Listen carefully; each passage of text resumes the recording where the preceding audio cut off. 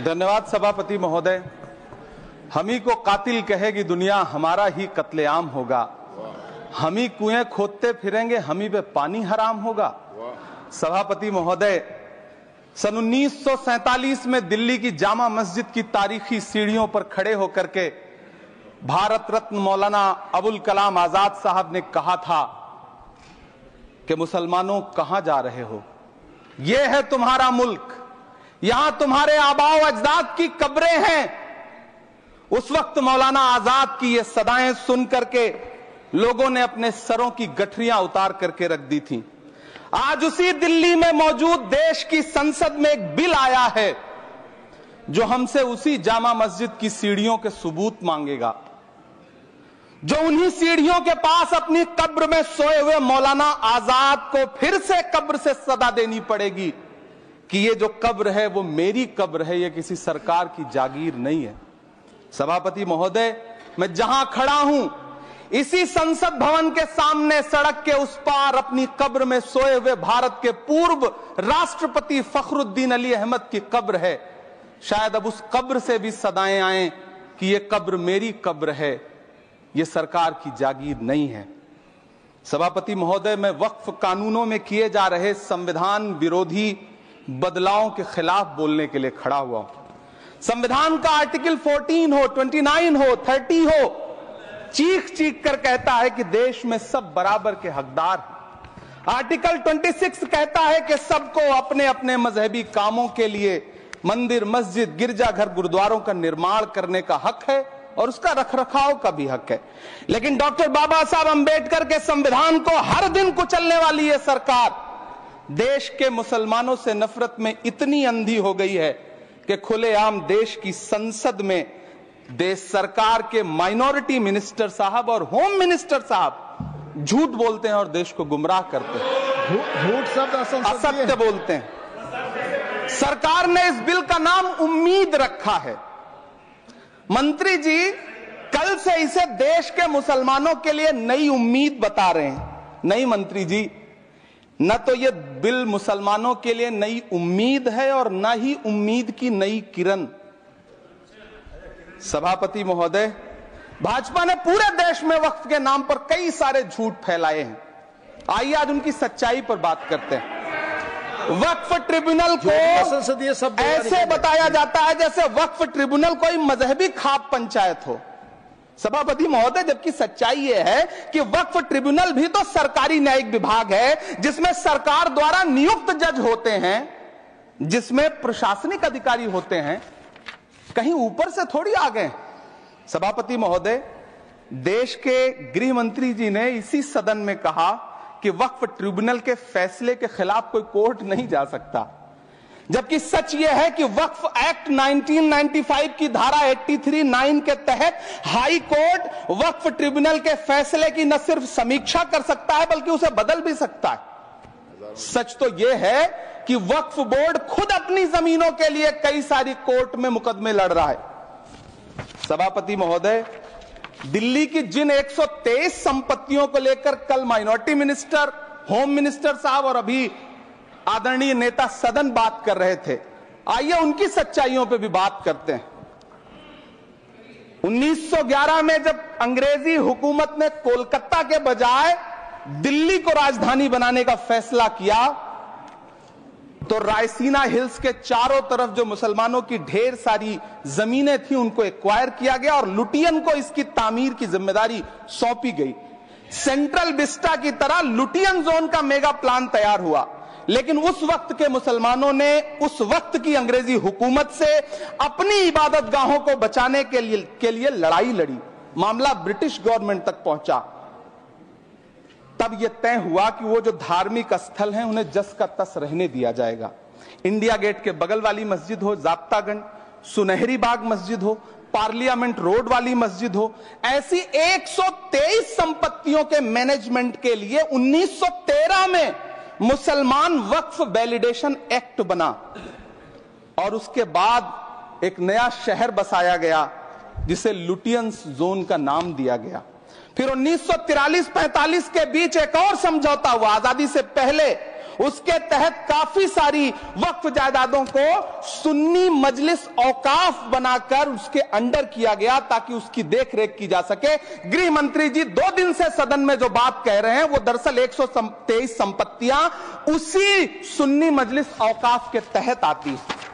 सभापति महोदय, आजाद भारत आजाद हुआ। आजादी के बाद भारत में 1954 में वक्फ एक्ट लागू हुआ, जिसकी धारा 9 के तहत 1964 में केंद्रीय वक्फ काउंसिल का गठन हुआ। दिल्ली की वही 123 प्रॉपर्टीज को 1970 में सर्वे गजट करके गजट नोटिफाई किया गया। इसके निपटारे के लिए पूर्व प्रधानमंत्री इंदिरा जी के द्वारा 1974 में एक बर्नी कमेटी बनाई गई। बर्नी कमेटी ने 1976 में इन 123 संपत्तियों को दिल्ली वक्फ बोर्ड की संपत्ति होने की रिपोर्ट सौंपी। उस रिपोर्ट के आधार पर 1984 में कांग्रेस सरकार ने उन 123 प्रॉपर्टीज को दिल्ली वक्फ बोर्ड को सौंपने का फैसला किया, जिसके खिलाफ विश्व हिंदू परिषद कोर्ट गई। मामला 2011 तक पेंडिंग रहा। फिर 2011 में कोर्ट ने सरकार को आदेशित किया कि इसका निपटारा करो। तब 2013 में तत्कालीन यूपीए सरकार ने दिल्ली की उन्हीं 123 जायदादों को बर्नी कमेटी की सिफारिशों के मुताबिक वक्फ बोर्ड के हवाले किया। यही वो प्रॉपर्टीज हैं जिनके नाम से गृहमंत्री जी कल से कांग्रेस को कोस रहे हैं। फिर आई 2014 में भाजपा की सरकार, जो तब से इन जमीनों को हड़पने की साजिश कर रही है।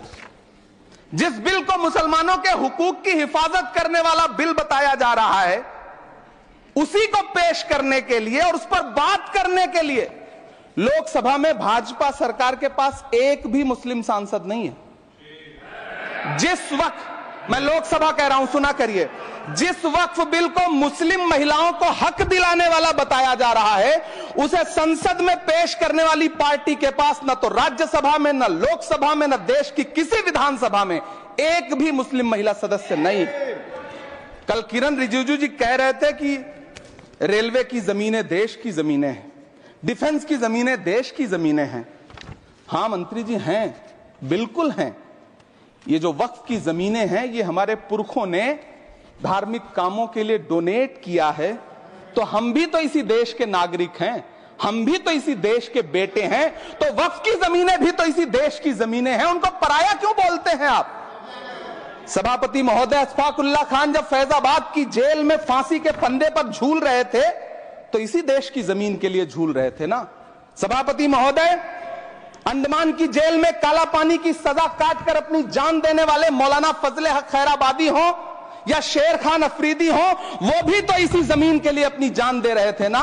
सभापति महोदय, पाकिस्तान के खिलाफ लड़ते हुए अपनी जान देने वाले महावीर चक्र विजेता ब्रिगेडियर उस्मान हो या पाकिस्तान के पैटर्न टैंक उड़ाने वाला परमवीर चक्र विजेता वीर अब्दुल हमीद हो, वो भी तो इसी जमीन के लिए अपनी जान दे रहा था ना। और मंत्री जी, मैं इस सदन में अलल ऐलान ये कहता हूं कि जब भी इस देश की जमीन को लहू की जरूरत होगी, आपसे 2 कदम आगे इमरान खड़ा मिलेगा। ये मैं आपसे यकीन दिलाते हुए कह रहा हूं। सभापति महोदय, मैं सरकार से कहना चाहता हूं, हमसे हमारी इबादत गाहें तो मत छीनिए ना, हमारे घरों पे बुलडोजर तो मत चलाइए ना, हमारी कब्रों में तो हमें सुकून से सोने दीजिए ना। सभापति महोदय, माइनॉरिटी मिनिस्ट्री का बजट कट करके, मुस्लिम बच्चों की स्कॉलरशिप बंद करके अब सरकार कह रही है कि हम वक्फ की आमदनी से गरीब मुसलमानों का भला करेंगे। गुजरात की बेटी बिल्किस के बलात्कारियों की रिहाई के बाद उन्हें माला पहनाने वाली लोगों के नेता ये कह रहे हैं कि यह बिल मुस्लिम महिलाओं को उनका हक दिलाएगा। धन्यवाद मोदी जी, क्या बढ़िया सौगातें मोदी दे रहे हैं आप। पहले हमें गुजराते मोदी दिया, आप सौगाते मोदी दे रहे हैं। लेकिन यह सरकार इतना याद रखे कि इसी ठसक के साथ देश की संसद में सीए का कानून भी लाया गया था और कहा गया था बड़े बड़े भाषण देकर के कि पड़ोसी देशों से हिंदू भाइयों को ला करके यहां नागरिकता दी जाएगी। लेकिन मैं आपके संज्ञान में लाता हूं सर कि पिछले इतने दिनों में इनसे नागरिकता लेने के लिए 2000 व्यक्ति भी नहीं आए, जबकि इसके उलट इन्हीं की सरकार में पिछले 10 साल में 15 लाख से ज्यादा भारतीयों ने भारत की नागरिकता छोड़ करके दूसरे देश में जाकर के बस गए। यह हुआ उस कानून का अंजाम। सभापति महोदय, इसी तरह की जिद के साथ किसानों के खिलाफ भी कानून लाए गए थे। जिस तरह आज वक्फ के फायदे गिनाए जा रहे हैं, उसी तरह से किसानों को भी कृषि कानूनों के फायदे गिनाए गए थे। लेकिन अंजाम क्या हुआ? 700 किसानों की शहादत लेने के बाद सरकार को अन्नदाता किसानों के सामने घुटने टेकने पड़े और कृषि कानून वापस लेने पड़े। जिल्ले इलाही, जमहूरियत जो है वो नफरत और ठसक से नहीं चलती है, अकड़ से नहीं चलती है। उसमें सबकी हिस्सेदारी जरूरी है। कल देश के माइनॉरिटी मिनिस्टर ने लोकसभा में खड़े होकर एक शेर सुनाया था कि मुझसे कोई बदगुमान न हो, तो मैं उन्हें एक शेर सुनाना चाहता हूं कि मैं आज जद पे हूं तो इतना खुशगुमान न हो, मैं आज जद पे हूं तो इतना खुशगुमान न हो, चराग सबके बुझेंगे हवा किसी की नहीं।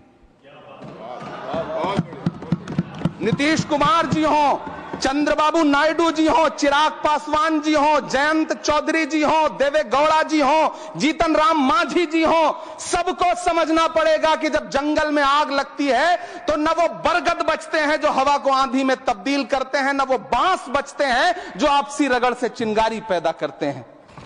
सभापति महोदय, जब देश को मनमोहन सिंह साहब जैसा काबिल प्रधानमंत्री मिलता है तो देश को आरटीआई जैसा एक्ट मिलता है, सेज जैसा एक्ट मिलता है, मनरेगा जैसा एक्ट मिलता है, लिबरलाइजेशन मिलता है, राइट टू एजुकेशन मिलता है, नेशनल फूड सिक्योरिटी एक्ट मिलता है। लेकिन जब देश को सौगातें मोदी मिलती है तो क्या मिलता है? सीए मिलता है, फॉर्म्स लॉ मिलता है, आर्टिकल 370 मिलता है, इलेक्टोरल बॉन्ड जैसा एक्ट मिलता है और वक्फ अमेंडमेंट एक्ट जैसे बिल देश को मिलते हैं। मुझे तो अपने हमवतन भाइयों से पूछना है कि आपको अपने बच्चों की तरक्की, खुशहाली और नौकरी की दरकार है या फिर मुसलमानों की दान की गई जमीनों को लूट कर धन्ना सेठों को देने की साजिश करने वाले कानून की? सभापति महोदय, यह सरकार रात के 3 बजे तक पूरे देश को जगा करके संसद में अपने ही नागरिकों को नीचा दिखाने के लिए वक्फ बिल ला रही थी, तो उधर रात के 1:30 बजे अमेरिका हम पर 26% टैरिफ लगा रहा था। सरकार की प्राथमिकताएं देश को पता। सभापति महोदय, मैं बहुत भावुक हूं आज, और मुझे अच्छा लगा कि आदरणीय नेता सदन जगत प्रकाश नड्डा जी ने बहुत अच्छी बातें भी की, मन से बातें की। क्योंकि उनके नाम में प्रकाश जुड़ा है तो मैं उनमें हमेशा एक रोशनी की किरण देखता हूं। मैं उनके सामने बहुत अदब से यह बात कहना चाहता हूं कि चरागों के सफर में दबदबा हो आंधियों का तो फिर अंजाम जुल्मत के सिवा कुछ भी नहीं होगा। यह दुनिया नफरतों के आखिरी स्टेज पर है, इलाज इसका मोहब्बत के सिवा कुछ भी नहीं होगा। मैं भावुक हूं, मेरी पलकें गीली हैं। अगर देश की एक बहुत बड़ी आबादी को लगता है कि आप उसका भला करने के लिए नहीं बल्कि उनकी इबादतगाहों, उनकी कब्रिस्तानों, उनकी खानकाहों को बर्बाद करने का बिल ला रहे हैं, तो फिर आप अगर समझाने में नाकामयाब रहे हैं तो यह आपकी नाकामयाबी है। पहले समझाइए, उसके बाद कोई बिल लेकर के आइए, तब शायद हम आपका इतनी पुरजोर तरीके से विरोध ना करें। लेकिन सभापति महोदय, मैं अंत में सिर्फ इतना कहना चाहता हूं कि इस बिल में जो भी पॉइंट्स दिए गए हैं, बॉम्सी पोर्टल देख लीजिए, सरकार का झूठ आपको पकड़ में आ जाएगा। हम डरे नहीं हैं, हम सिर्फ सरकार से अपील कर रहे हैं कि हमें अपना समझिए।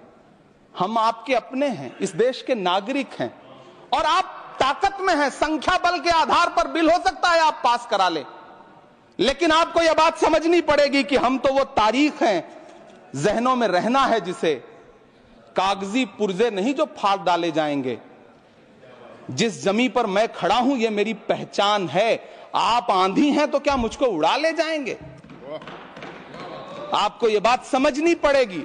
आपको अगर इतना विपक्ष की तरफ से पहले जेपीसी में इतने सारे पॉइंट्स आए और उसके बाद कल से लोकसभा में और राज्यसभा में सुझाव आप सुनने को तैयार नहीं है, लोगों की शंका को दूर करने के बारे में आप बिल्कुल सोच नहीं रहे, बस आप कह रहे हैं यह बिल उम्मीद की नई किरण है। नहीं साहब, इसे भले किरण जी लेके आए हैं, लेकिन ये उम्मीद की नहीं बल्कि नाउम्मीदी की किरण है। और इस देश की एक बहुत बड़ी आबादी इस बात से खदशे में है, शक में है कि आप सीधे उनकी जमीनों को लूट करके धन्ना सेठों को बेचना चाहते हैं। मेरी अब भी आपसे अपील है कि इस बिल को वापस लीजिए। यह बिल कहीं से आपके अपने नागरिकों के लिए अच्छा नहीं है। यह बिल सिर्फ इस देश के मुसलमानों को नीचा दिखाने का और अपने एक ऐसे मतदाता वर्ग को खुश करने का बिल है जिनको इस बिल के पास हो जाने से कुछ मिलेगा भी नहीं।